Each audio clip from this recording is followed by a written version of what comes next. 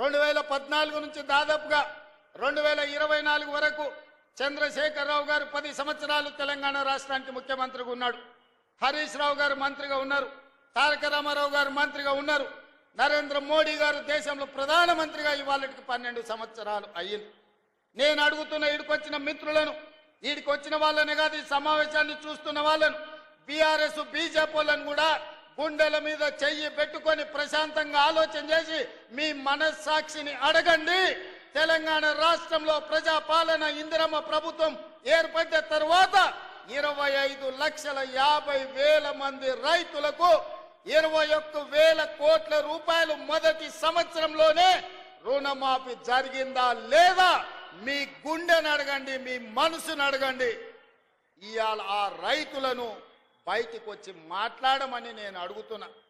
ఇవాళ మనసు లేనోళ్ళు, మనసాక్షి లేనోళ్ళు, బీఆర్ఎస్ వాళ్ళు, బీజేపీ వాళ్ళు ఒక్కటై ఏకమై రైతులను ఆగం చెయ్యాలన్న ఆలోచనతో మాట్లాడుతున్నా. నేను అదే విధంగా మా రైతాంగాన్ని, మా సోదరిమణులను, మా ఆడబిడ్డలను అడుగుతున్నా. ఆనాడు రైతు భరోసా పథకం చంద్రశేఖరరావు గారు ఎన్నికల పేరు మీద ఎగనామం పెట్టిపోతే ప్రభుత్వం ఏర్పడ్డ మొదటి 3 నెలల్లోనే డిసెంబర్ 7 నాడు ప్రభుత్వాన్ని ఏర్పాటు చేసిన మేము, మా మిత్రుడు బట్టి విక్రమార్క గారు మార్చి లోపలనే 7,625 కోట్ల రూపాయలు రైతు భరోసా పైసలు మీ ఖాతాలలో వేసినమా లేదా? మీరు వెళ్ళి మీ బ్యాంకుల్లో చూసుకోండి. 7,625 కోట్ల రూపాయలకు ఒక పైసా తగ్గినా మీరు మమ్మల్ని నమ్మకండి. ఒకవేళ వేసింది నిజమైతే ఆ తోడు దొంగలు చెబుతున్న అబద్ధాలను తిప్పికొట్టమని తెలంగాణ రైతాంగాన్ని నేను అడుగుతున్నా. ఇవాళ తెలంగాణ రైతాంగాన్ని ఎర్ర ఎండలు మండుతున్నాయి, విద్యుత్ వినియోగం పెరిగింది. ఇవాళ 16,000 మెగావాట్ల పైన ఈరోజు విద్యుత్తు అవసరం పడుతున్నది. కానీ ఒక్క గంట అయినా ఎక్కడైనా విద్యుత్ కోతలు విధించినమా? ఇవాళ 24 గంటల వ్యవసాయ విద్యుత్తు రైతులకు ఉచితంగా అందించడమే కాదు, ఆనాడు ఇవ్వండి, ఈనాడు పేదోళ్లకు 50 లక్షల కుటుంబాలకు మా ఆడబిడ్డలు చెప్పాలి, మా అక్కలు చెప్పాలి, మీరెవరైనా ఇంటి బిల్లు కడుతుండ్రా? 200 యూనిట్ల వరకు ఒక్క పైసా లేకుండా మా ఆడబిడ్డలకు ఇంటి కరెంటుకు బిల్లు కట్టకుండా మాఫీ చేసింది నిజం కాదా? మా అక్కల్ని నేను అడుగుతున్నా, మీరు ఒక్కసారి ఆలోచన చెయ్యండి. ఇంటి బిల్లు కట్టక 15 నెలలు అయింది కదా. బట్టి గారు ఒక్క రూపాయనన్న మిమ్మల్ని అడిగినరా? మీ 50 లక్షల పేదోళ్ళ కుటుంబాలకు ఇవాళ 200 యూనిట్లు మేము ఇవ్వడం లేదా? ఇది నిజం కాదా అని చెప్పి మా ఆడబిడ్డలను అడుగుతున్నా. ఇదే కాదు, ఆనాడు 12 నూరులుండే సిలిండర్ ఈనాడు 50 లక్షల పేదవాళ్ళ కుటుంబాలకు 500 రూపాయలకే మీకు సిలిండర్ ఇస్తున్న మాట నిజం కాదా? వంట వండుతున్న, ఇల్లును నడుపుతున్న మా ఆడబిడ్డలారా, మీ మనస్సాక్షిని అడగండి. 50 లక్షల కుటుంబాలకు 500 రూపాయలకే మీకు సిలిండర్ ఇస్తున్నామా లేదా? మేము సిలిండర్ మా ఆడబిడ్డలకు ఇచ్చిన మాట నిజమైతే బీఆర్ఎస్ బీజేపీలను సలాకి కాల్చి వాత పెట్టుండ్రి. ఎందుకంటే మన పాలమూరులో మనం రొట్టెలు చేసుకుంటాం.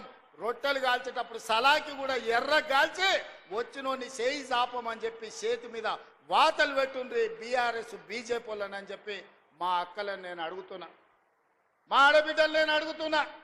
ఇవాళ అక్క ఆనాడు అమ్మగారింటికి పోవాలన్నా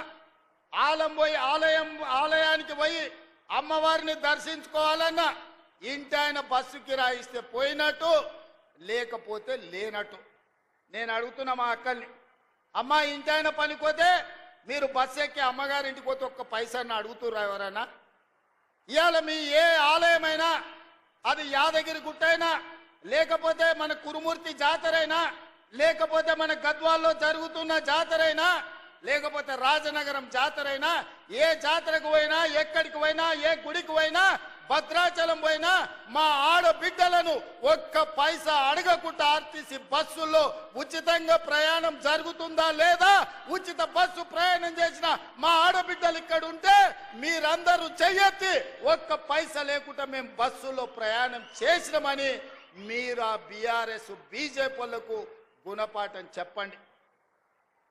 150 కోట్ల మంది ఆడబిడ్డలు ఈ 15 నెలల్లో బస్సులో ఉచితంగా ఒక్క పైసా ఖర్చు పెట్టకుండా ప్రయాణం చేసిన మాట వాస్తవం కాదా?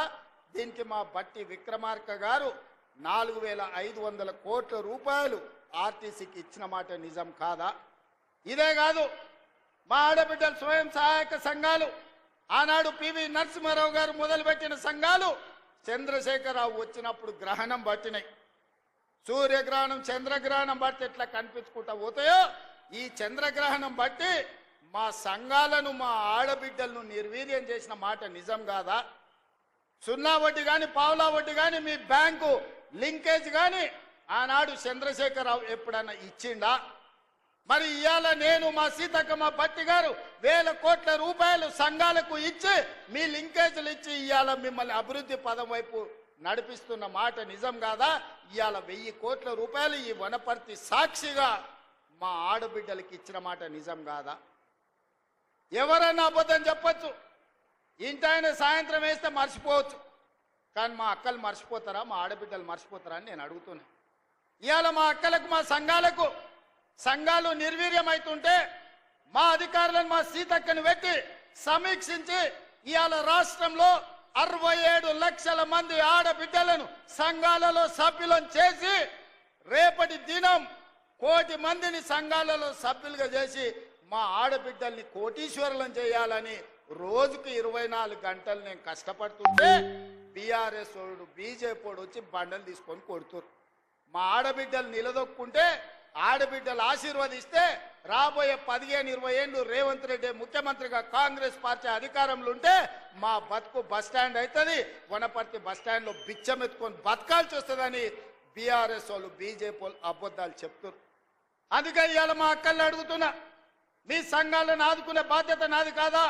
మీ సంఘాలకు హైదరాబాదు హైటెక్ సిటీ పక్కన పెద్ద పెద్ద ఐటీ కంపెనీలు ఉన్న దగ్గర 100 కోట్ల ఎకరాలు ఉన్న దగ్గర 100 కోట్ల విలువైన భూమి 3.5 ఎకరాలు మీ సంఘాలకు హైటెక్ సిటీ శిల్పారామం పక్కన 150 షాప్స్ పెట్టుకొని మీ ఉత్పత్తులను ప్రపంచానికి అమ్ముకునే విధంగా బిల్ గేట్స్ బిల్ క్లింటన్ ఎవరు వచ్చినా మీ సంఘాల నైపుణ్యం చూసే విధంగా శిల్పారామం పక్కన మీకు 3.5 ఎకరాలు నేను ఇయ్యలేదా?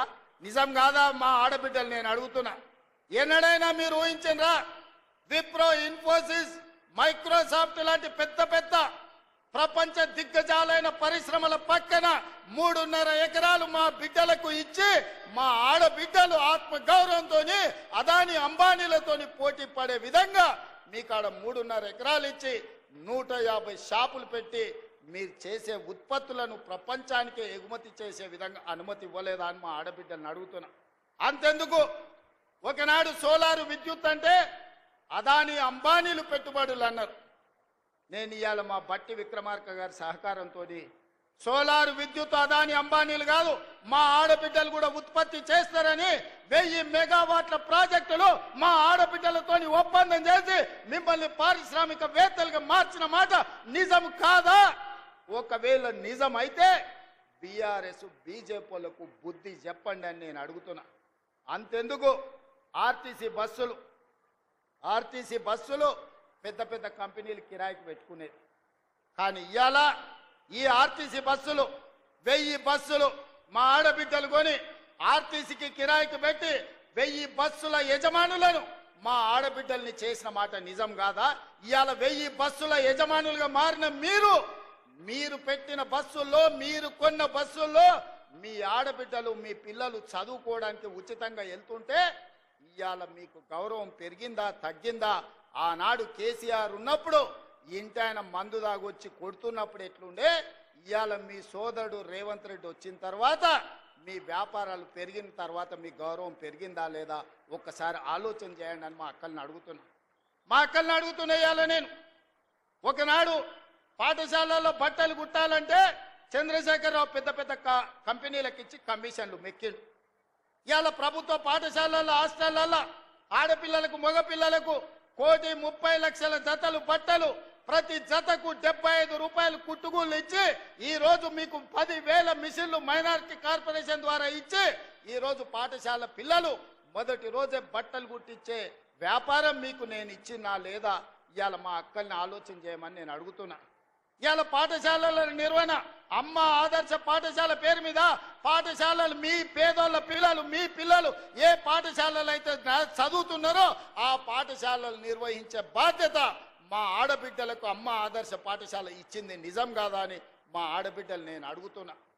ఈరోజు మా ఆడబిడ్డల్ని శక్తివంతులు చేసి మా ఆడబిడ్డల చేతుల్లో నగదు ఉంటే గలగలలాడుతుంటే కుటుంబం బాగుపడుతుంది, పిల్లలు